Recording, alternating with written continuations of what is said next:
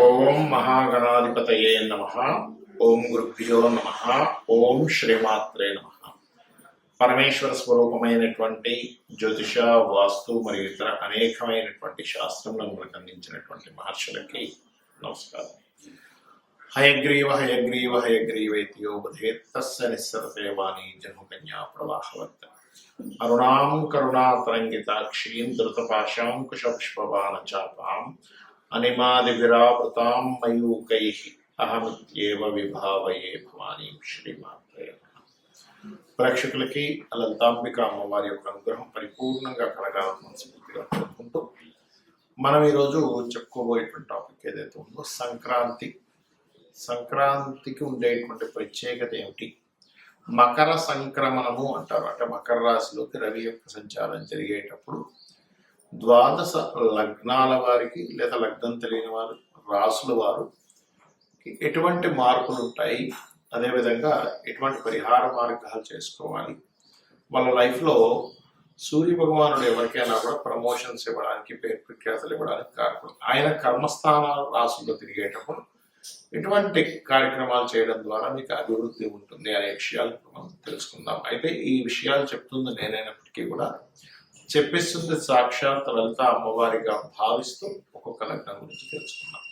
కుంభలగ్నము, కుంభరాశి మీకు గనక చూసుకున్నట్లయితే మకర రాశిలో శని యొక్క సంచారము జనవరి 14వ తేదీ నుంచి ఫిబ్రవరి 14వ తేదీ వరకు సంచరించేటువంటి కాలంలో మీకు కలిగేటువంటి లాభాలు, కొన్ని కొత్త అగ్రిమెంట్స్, గవర్నమెంట్ అగ్రిమెంట్స్ కానీ లేనట్లయితే కొంతమంది కొత్త పరిచయాల వల్ల మీకు ఒక లైఫ్ ఒక మంచి స్టేజ్కి వెళ్ళేటువంటి యోగం చూపిస్తుంది.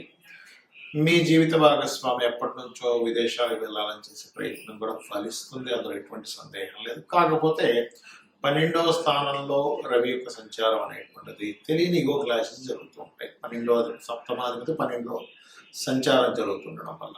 కాబట్టి ఈ యొక్క విషయాల పట్ల కాస్త జాగ్రత్తగా ఉండాలి. ఇక రెండవ విషయం ఏమిటి అని చెప్పి చూసుకున్నట్లయితే ఇక్కడ ధనాధిపతి ఎవరైతే ఉన్నారో గురువు ఇక్కడ కొంచెం పాజిటివ్గా పనిచేయడం జరుగుతుంది. కాబట్టి ఫైనాన్షియల్ రిలేటెడ్ సంబంధించిన విషయాల్లో బాగుంటుంది. ఇంకొకటి, ఎప్పుడైతే రవి 12వ స్థానంలో సంచరిస్తున్నారో దూర ప్రాంతాల్లో ఉండేటువంటి సంబంధాలు కుదరడము, లవ్ మ్యారేజెస్ అంటూ ఉంటారు. అంటే ఇష్టపడిన వారిని వివాహం చేసుకుందాం అనేటువంటి ప్రయత్నం ఫలించడము, మీరు చేసేటువంటి ఏ ప్రయత్నం అయినా కానీ కొంచెం ఎఫర్ట్ పెట్టినట్లయితే, గతంలో ఎన్నిసార్లు మీరు ఎఫర్ట్ పెట్టినా సరే అవ్వనటువంటి పనులు ఈ సమయంలో మీరు పెట్టేటువంటి ఎఫర్ట్ మూలంగా ముందుకు కదులుతాయి, పెట్టుకోండి. అలాగే మరొక విషయం ఏంటంటే ఇక్కడ ఈ సమయంలో లాంగ్ జర్నీ చేసేటప్పుడు కొంత జాగ్రత్తగా ఉండండి. తండ్రి గారి ఆరోగ్య సంబంధించిన విషయంలో సూర్య భగవానుడు తండ్రిని కూడా సూచిస్తుంటాడు. కాబట్టి తండ్రి గారి ఆరోగ్య విషయంలో కొద్దిగా జాగ్రత్తగా ఉండండి. మరియు పెద్ద మొత్తంలో ఏదైనా మనీ ట్రాన్స్ఫర్స్ చేసేటప్పుడు కూడా పర్టికులర్గా ఈ మకర రాశిలో శని రాశుల్లో రవి యొక్క సంచారం అనేటువంటిది ఒక్కోసారి చూడండి, ఏదైనా చిన్న నెంబర్ తప్పుగా కొట్టి ఒకరికి ట్రాన్స్ఫర్ చేస్తారు, పేరు చూస్తే వేరే వాళ్ళకి వెళ్ళిపోయింది మనీ అంటుంటారు. ఇటువంటి విషయాల్లో కూడా కాస్త జాగ్రత్త వహించండి. అదేవిధంగా మరొక విషయం ఏంటంటే ఇక్కడ మీరు స్వయం పాకం ఇస్తుంటారు. ఈ స్వయం పాకం ఇచ్చేటప్పుడు బియ్యము కాస్త అధికంగా ఇవ్వండి. బియ్యం ఒకటి, శనగలు ఒకటి. దీనివల్ల ఏమవుతుందంటే అన్ని కాలాల్లో ఇచ్చినటువంటి ఫలితానికి ఈ మకర రాశిలో శని యొక్క సంచారం జరుగుతూ కుంభరాశి వారికి ఇది ఫలితం ఎక్కువగా ఇస్తుంది. మరియు తెల్లటి పుష్పాలు ఏవైనా తీసుకొని దగ్గరలో ఆలయాలు ఉంటాయి కదా, ఆలయాల్లో ముఖ్యంగా అమ్మవారి ఆలయంలో లేదా అన్నపూర్ణాదేవి ఆలయం, రాజరాజేశ్వరి అమ్మవారి ఆలయంలో మీరు ఆ పుష్పాలని అక్కడ దేవుడికి నివేదన చేయడానికి, దేవుడికి అలంకరణ కోసం అనేటువంటిది ఇవ్వండి. నివేదనకి ముఖ్యంగా అన్నముతో చేసినటువంటి పాయసం ఏదైనా సరే అమ్మవారికి నివేదన చేసినట్లయితే ఇంకా చక్కటి ఫలితాలు మీకు రావడం జరుగుతుంది. మరి లగ్నం కానీ రాశి కానీ తెలియని వారు అసలు ఈ భోగి, సంక్రాంతి, కనుమ సమయాల్లో ఏం చేసుకోవాలి? సర్వసాధారణంగా మనకి భోగి పండుగ అనేటువంటిది ఎందుకు వస్తుంది, సంక్రాంతి పండుగ అనేటువంటిది ఎందుకు వస్తుంది? దీన్ని పెద్ద పండుగ అంటారు. పెద్ద పండుగ కాదండి, ఇది పెద్దల పండుగ. మకర సంక్రమణం మకర రాశిలోకి 14వ తేదీ ఉదయం 9 గంటల ప్రాంతంలో రవి మారుతున్నాడు. కాబట్టి పెద్దలకి బట్టలు పెట్టడం కానివ్వండి, ఇది రైతులకు సంబంధించినటువంటి పండుగ. వాళ్ళకి అదే సమయంలో వాళ్ళకి అన్ని పంటలు అవి పండడం, అందుకని పశువులు కూడా ఈ యొక్క పండుగని పశువులని చక్కగా వాటికి అలంకరించుకొని ఆ రకంగా చేసుకుంటూ ఉంటారు. అయితే భోగి రోజు మీరు చూడండి, భోగి మంటలు వేస్తూ ఉంటారు, భోగి పళ్ళు పోస్తూ ఉంటారు పిల్లలకి. భోగి మంటలు ఎందుకు వేస్తారు? చాలా మంది మనం పల్లెటూరులో సైడ్ చూసుకున్నట్లయితే ఇంట్లో ఉండేటువంటి విరిగిపోయిన వాటిని తీసుకుని అందులో వేస్తూ ఉంటారు. మనకి కర్మకారకుడు శని ఎవరైతే ఉన్నారో ఆ కర్మకారక శనికి ఒక కారకత్వం ఉంటుంది. ఓల్డ్ ఐటమ్స్, పాతవి, పనికిరానివి, విరిగిపోయినవి, ఇవన్నీ కూడా శని కారకత్వాలు అన్నమాట. ఎప్పుడైతే సూర్య భగవానుడు మకర రాశిలోకి ఎంటర్ అవుతున్నాడో మీ యొక్క కర్మ ఎంటర్ అవ్వకముందే, అంటే దాదాపు భోగి మనకు 13వ తేదీ వస్తే సంక్రాంతి అనేటువంటిది 14వ తేదీ మకర సంక్రమణం జరుగుతుంది కాబట్టి వస్తుంది. అయితే ఇది 9 గంటలకి సంక్రమణం జరుగుతుంది రవి చూసుకున్నట్లయితే మన మకరంలోకి. కావున భోగి పండుగ రోజు ఇంట్లో ఉండేటువంటి పాత వస్తువులు, ఫర్నిచర్, లేకపోతే ఏదైనా ఇప్పుడు విరిగిపోయిన మంచం ఉంటుంది, విరిగిపోయిన కుర్చీలు ఉంటాయి, అలాంటి ఉన్నటువంటి వాటిని తీసుకెళ్ళి క్లీన్ చేసేసుకోవాలి. భోగి రోజు తీసుకెళ్ళి భోగి మంటలో వేసుకోవాలి. ఎందుకు?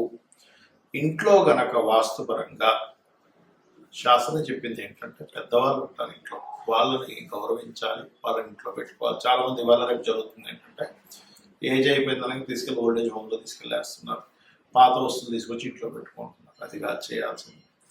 పెద్దవాళ్ళని గౌరవిస్తూ ఇంట్లో పెద్దవాళ్ళ యొక్క బ్లెస్సింగ్స్ మనకి ఎప్పుడైతే ఉంటాయో ఖచ్చితంగా వాళ్ళ యొక్క అనుగ్రహం దేవతా అనుగ్రహం ఎంత ముఖ్యమో పెద్దవాళ్ళ యొక్క ఆశీర్వాదం కూడా అంత ముఖ్యం.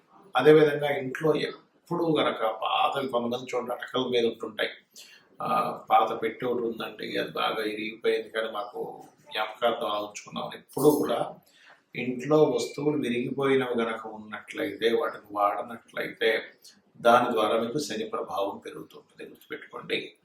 స్టాక్ ఐటమ్, పాడైపోయిన ఐటమ్ శాఖం ప్రభావాన్ని పెంచుతూ ఉంటుంది. తీసుకెళ్లి భోగి మంటల్లో వేసేసి చక్కగా చేసినట్లయితే, ఇల్లు శుభ్రం చేసుకున్నట్లయితే ఇంట్లో చాలా మటుకు దరిద్రం, పాత వస్తువులు, పనికిరాని వస్తువులు, మట్టి పట్టేసినవి, బూజు పట్టేసినవి ఇంట్లో చూడండి. మనకి హెల్త్ ఇష్యూస్ కూడా ఎందుకు వస్తాయి? ఈ డస్ట్ ఎలర్జీ అంటూ ఉంటారు, లేదా లేనట్లయితే కొన్నిసార్లు మనం పీల్చినటువంటి కొన్ని గాలులు పీల్చడం ద్వారా. అందుకని ఈ యొక్క ప్రాసెస్ అనేది పెట్టారు. ఇక సంక్రాంతికి ముఖ్యంగా పెద్దలకి పండగ ఇవ్వడం. ఊర్ల సైడ్ అయితే సంక్రాంతి రోజు రకరకాల ఇవి కూడా చేస్తూ ఉంటారు, రకరకాల పందాలు అనేవన్నీ. ఇవన్నీ ఆచారాల వ్యవహారాల్లో కాదు, ఏ ప్రాంతం బట్టి ఆ ప్రాంతం వాళ్ళు సరదాగా పెట్టుకున్నటువంటివి. అలాగే మీకు నాకు నక్షత్రము రాశి ఏమీ తెలియదండి, కానీ సంక్రాంతి రోజు నేనేం చేయాలి పెద్దలకి అనుకున్నట్లయితే చక్కగా మీరు తర్పణాలు వదలవచ్చు. ముఖ్యంగా సూర్య భగవానుడు ప్రతి నెల ఒక్కో రాశి మారుతుంటాడు. మకర సంక్రమం అని, కుంభ సంక్రమం అని, మీన సంక్రమం, మేష సంక్రమం. కానీ అన్నిటికంటే ముఖ్యంగా మకర సంక్రమం చాలా గొప్పది. దీని అందుకే పెద్దల పండుగ అన్నారు. మనకి భగవంతుడు ఎలా అయితే మనల్ని పక్క నుండి కాపాడుతూ ఉంటాడో పెద్దలు కూడా మనల్ని కాపాడుతూ ఉంటారు. మకర రాశిలోకి ఎంటర్ అవ్వగానంటే 14వ తేదీ మధ్యాహ్న సమయంలో మీరు ఉదయం 9 గంటలకు ఎంటర్ అవుతున్నాడు. 8:56 అట్లా ఎంటర్ అవుతున్నాడు. కాకపోతే 9 గంటల నుంచి ఎంటర్ అయిపోయి ఉంటాడు. కాబట్టి ఆ రోజు మధ్యాహ్నం కనుక పితృతర్పణములు కనుక చేసి పెద్దల కోసమని మీరు పంచో లేకపోతే చొక్కానో, స్త్రీలకైతే చీరో మీరు కనుక పెట్టినట్లయితే మీకు మీ యొక్క జీవితంలో ఉద్యోగ సమస్యలు కానివ్వండి, ఆరోగ్య సమస్యలు కానివ్వండి, అప్పుల సమస్యలు కానివ్వండి, మీరు రాంగ్ రూట్లోకి వెళ్లకుండా పెద్దలు మిమ్మల్ని కాపాడుతూ ఉంటారు. కాబట్టి ఇది చేసి మీరు తరించాలని కోరుకుంటూ శ్రీమాత్రే నమః.